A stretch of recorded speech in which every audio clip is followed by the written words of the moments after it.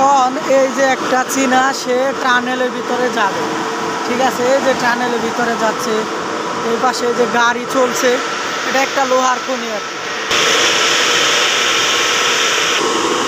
ওই চীনা ঢুকে গেছে।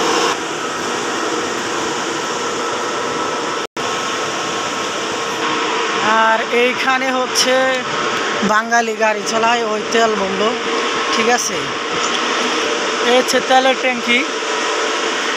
এখানে আইসা ওরা তেল ভরে, ঠিক আছে, ডিজেল ভরে, এক্সেভেটর, তারপরে গাড়ি সবগুলো এখানে এসে আর কি ডিজেল ভরে।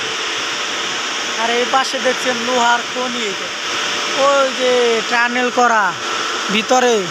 এই দেশে বলে হলো আপনার এই গর্ত করছে, মনে করেন টানেল করছে, ওই টানেল কিন্তু এইখানে যেটা এই যে দেখছেন মাটির ভিতর দিয়ে এই যে চলে গেছে, এইরকম বড় সরাসরি গাড়ি ঢুকে এগুলার ভিতর দিয়ে, সরাসরি এই যে এই গাড়িগুলো ঢুকে। এই গাড়িগুলো ওই ছোটো ছোটো টানেল দেখতে পাচ্ছেন, এই গাড়ি এর ভিতরে ঢুকে যাবে, ঠিক আছে। এটা একটা লোহার খনি। আর এই দেশে আল্লাহ এত পরিমাণ সম্পদ দিছে, খনি সম্পদ। তো আমাদের দেশেও বড় বড় পার্বত্য চট্টগ্রামগুলোতে আপনার পরীক্ষা করা উচিত যে লোহা বা মূল্যবান ধাতুগুলা পাওয়া যায় কিনা।